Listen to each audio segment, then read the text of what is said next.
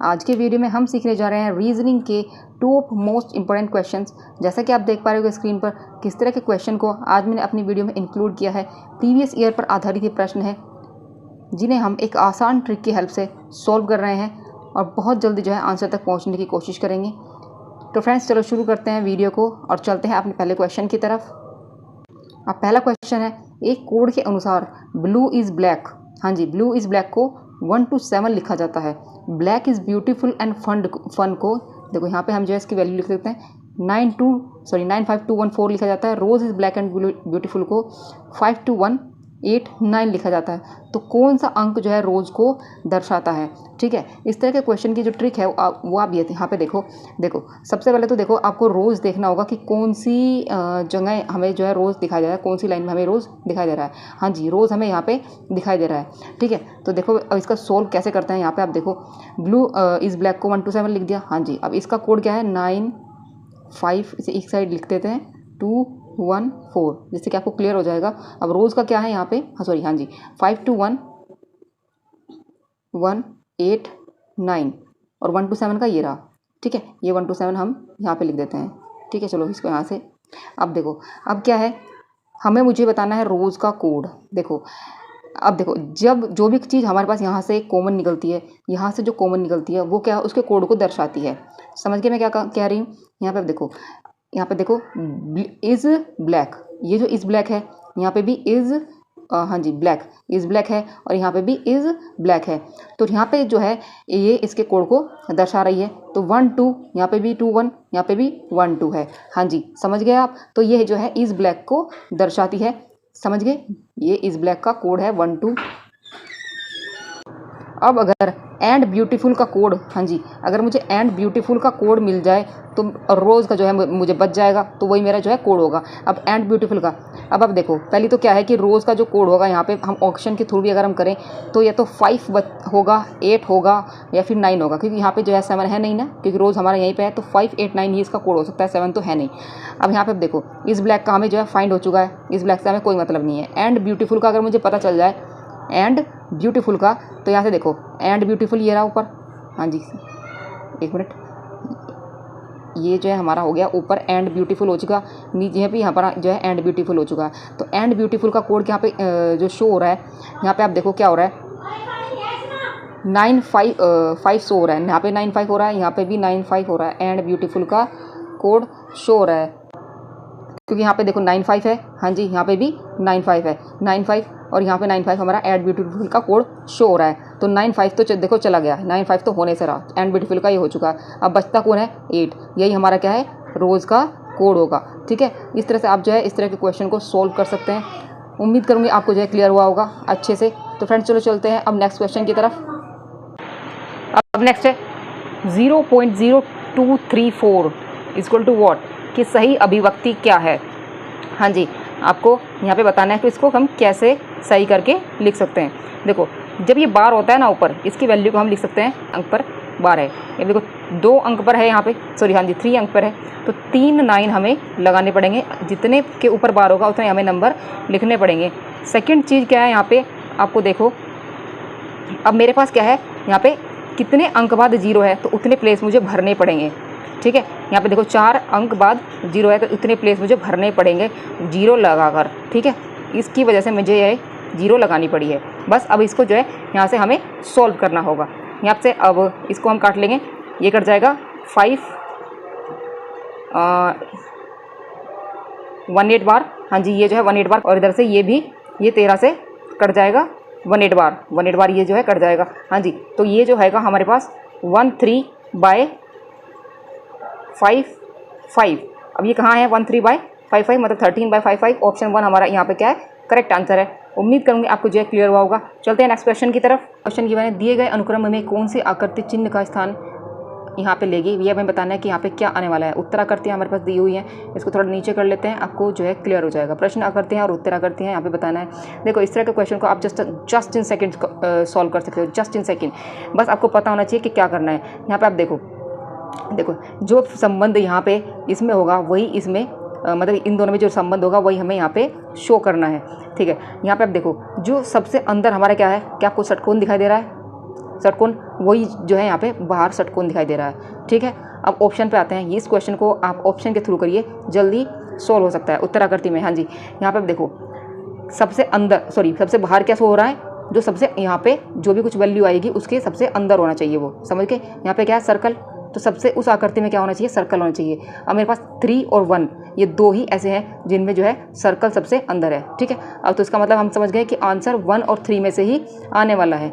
ठीक है, 1 और 3 हमारा आंसर हो सकता है। अब देखो क्या हो सकता है, दूसरी आकृति है, दूसरी क्या है, यहाँ पे ट्रायंगल है। इस वाली की दूसरी आकृति यहाँ पे क्या है, ट्रायंगल है, और इसमें सबसे जो दूसरी है वो इसका अंदर वाली आकृति है, ट्रायंगल। ठीक है, समझ गए। तो यहाँ पे भी जो दूसरी आकृति होगी इसकी जो दूसरी आकृति होगी वो यहाँ पे होगी, मतलब दूसरी आकृति क्या होनी चाहिए, यहाँ पे स्क्वायर होगी, जब तो वो इसके अंदर होगी, सबसे अंदर। तो स्क्वायर कहाँ पे है, हाँ जी ये जो है दूसरी आकृति है स्क्वायर, जब ये जो है इसके अंदर है। तो ऑप्शन 3 हमारा क्या है, यहाँ से करेक्ट आंसर है। चलते हैं नेक्स्ट क्वेश्चन की तरफ। उम्मीद करूँगी आपको जो है क्लियर हुआ होगा बहुत अच्छे से। अब नेक्स्ट है, एक वस्तु को 2% तक 10% के लाभ में बेचने पर विक्रय मूल्य में 3 का अंतर है, तो दोनों विक्रय मूल्य का अनुपात हमें यहाँ पे बताना है। देखो एक वस्तु को 2% लाभ पर उसने बेचा है, ठीक है, और 10% के लाभ में बेचा है, विक्रय मूल्य 3 का अंतर हो गया। देखो आपको सिर्फ जो है वो जो पूछ रहा है विक्रय मूल्य का अनुपात, वही आपको जो है यहाँ पे सॉल्व करके लेके आना है, बाकी जो है चीज़ों में उलझना नहीं है। ठीक है, विक्रय मूल्य हम निकाल देते हैं। पहली कंडीशन में क्या निकलेगा, हाँ जी क्रय मूल्य का क्या होता है, विक्रय मूल्य जब लाभ दिया हुआ हो, हाँ जी ये दिया है 2% का लाभ, तब हमारे पास विक्रय मूल्य होता है 102/100। ठीक है, इसके ऊपर मैंने अपनी एक वीडियो बनाई है जिसमें मैंने विक्रय मूल्य को बहुत अच्छे से समझाया है। आपको नहीं क्लियर है तो आप मुझे वीडियो चेक कर सकते हैं। सेकेंड कंडीशन वो क्या कर रहा है, क्रय मूल्य का वो कह रहा है 10% का लाभ, हाँ जी 10% का लाभ हो गया, तो 110/100 ये इसका सेकंड कंडीशन ये है। हाँ जी एक मिनट, ये उसकी जो है ये सेकंड कंडीशन है और ये जो है उसकी फर्स्ट कंडीशन है। ठीक है, अब वो क्या करें, उनका अनुपात ही तो हमें बताना है, अनुपात कर दो, बस डिवाइड करना है, बस और कुछ नहीं करना है। यहाँ जब हम इसको डिवाइड करेंगे, देखो आप यहाँ से ये जो है के कैंसिल हो जाएगा, 100 से 100 कैंसिल हो जाएगा, 102/110 यहाँ पे हमारा बचने वाला है। हाँ जी समझ गए आप। अब आप देखो ये किससे कटने वाला है, 5 से कैसे काट लो, और इसे 55 से, हाँ जी ये जो है कट जाएगा। ऑप्शन 1 हमारा क्या है, करेक्ट आंसर है। उम्मीद करूँगी आपको जो है क्लियर हुआ होगा। चलते हैं नेक्स्ट क्वेश्चन की तरफ। अब नेक्स्ट है, हर्ष ने 8,000 4% चक्रवर्ती ब्याज की दर से वार्षिक दर से जो है उधार लिए, 2 वर्ष के लिए चक्रवर्ती ब्याज क्या होगा। यदि चक्रवर्ती ब्याज वार्षिक चक्रवर्ती होता है तब हमें बताना है। तो चक्रवर्ती ब्याज निकालते हैं, शॉर्ट ट्रिक की हेल्प से हम इसको सॉल्व कर रहे हैं। पहले ही देखो, जब पहले वर्ष का जो चक्रवर्ती ब्याज होता है उसे हम कैसे निकाल सकते हैं,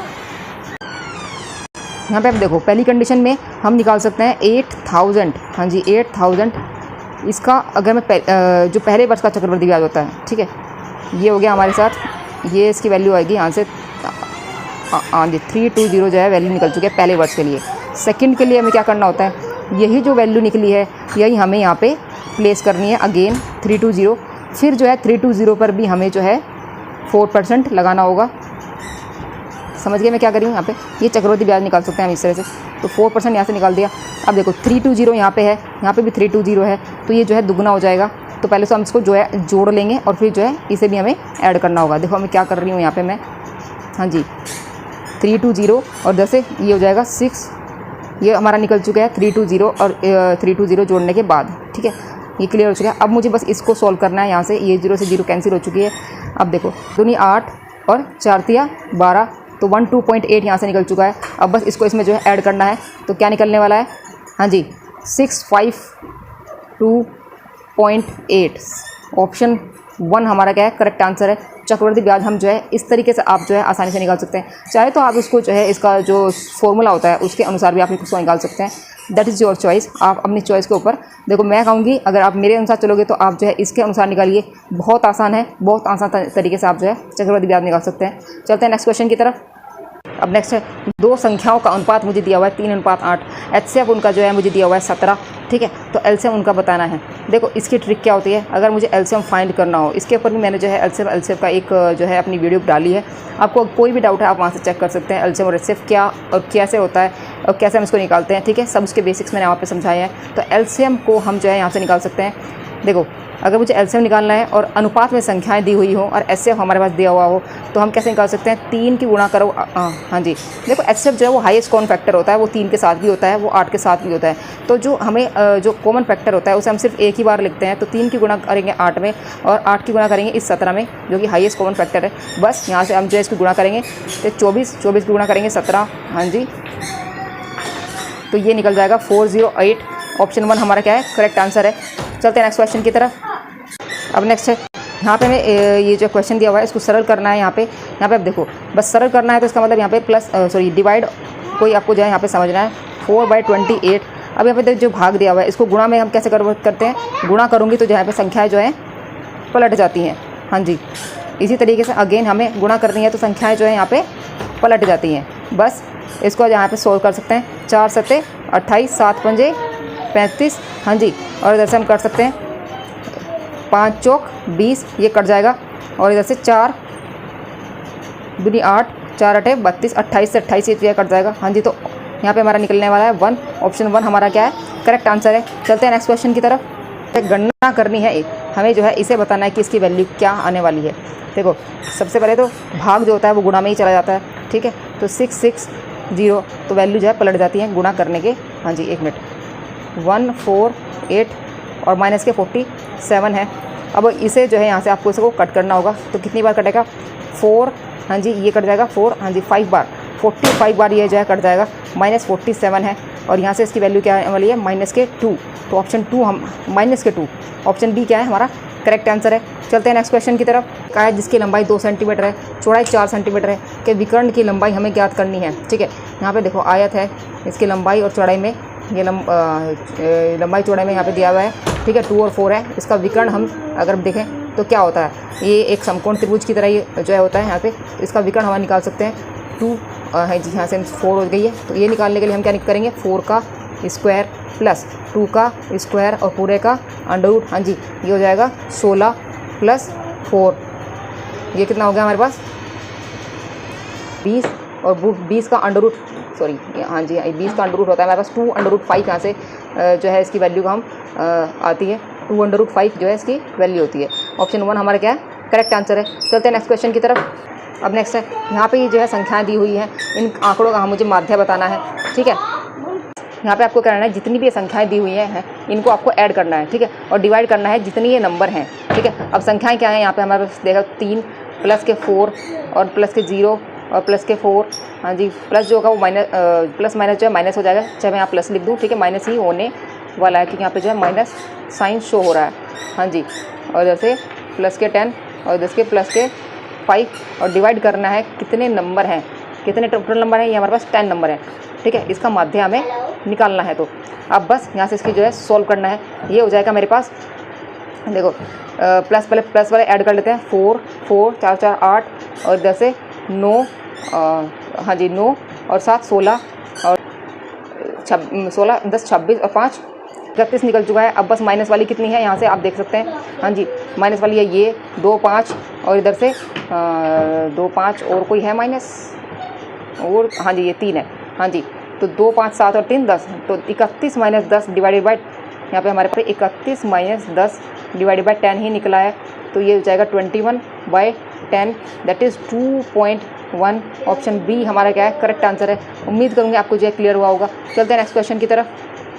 अब नेक्स्ट है, दो संख्याओं का गुणनफल दिया हुआ है तथा लैसा उनका दिया हुआ है, उनका मैसा हमें बताना है। देखो एक फॉर्मूला होता है, पहली संख्या, ठीक है, गुणा दूसरी संख्या इज इक्वल टू लेस है, हाँ जी, एलसीएम इंटू एचसीएफ, ये जो है एक फॉर्मूला होता है।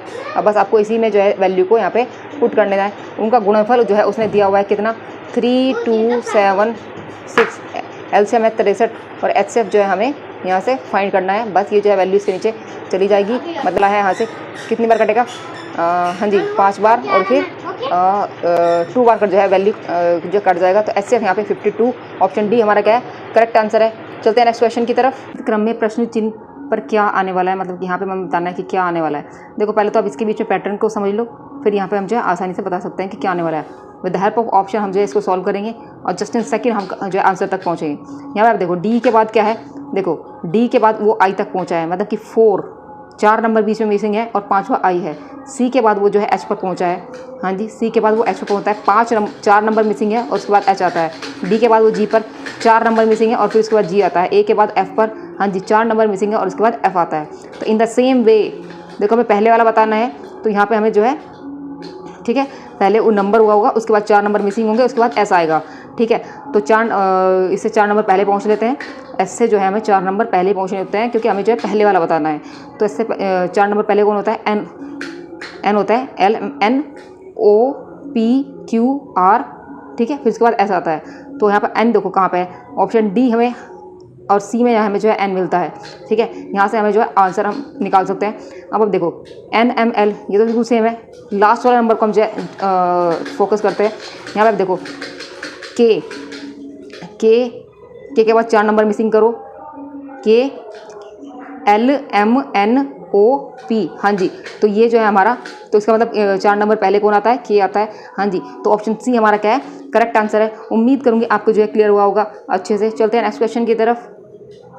अब नेक्स्ट है नियमित बहुभुज में प्रत्येक बाह्य कोण जो है 36 का है, ठीक है, बहुभुज है, बाह्य कोण उसका जो है 36 दिखा रहा है, इसकी भुजाओं की संख्या हमें बतानी है। देखो अगर आपको इस तरह से निकालना हो, जो इसका बाह्य कोण होता है, ठीक है, बाह्य कोण का जो फॉर्मूला होता है बहुभुज के बाह्य कोण को हम निकाल सकते हैं कैसे, हाँ जी, ऐसे हम लिख सकते हैं बाह्य कोण equal to 2 pi upon n, n जो है उसकी संख्या को यहाँ पे डिनोट करता है, ठीक है। अब बाह्य कोण हमारे पास दिया हुआ है, यहाँ से हम जो है 36 लिखेंगे और 2 इंटू पाई की वैल्यू होती है 180 और डिवाइडेड बाय एन हमें जो है फाइंड करना है। एन जो है एक साइड चला जाएगा, तो ये जो है 18 दूनी 2 से काट लेंगे और जैसे 2 भी कटने वाला है, तो एन की वैल्यू हमारे पास क्या है, यहाँ पे 10 निकल जाएगी क्योंकि एन जो है एक साइड इधर चला जाएगा और 10 ये 0 0, हाँ जी, 10 बचने वाला है। तो ऑप्शन सी हमारा क्या है, करेक्ट आंसर है। चलते हैं नेक्स्ट क्वेश्चन की तरफ।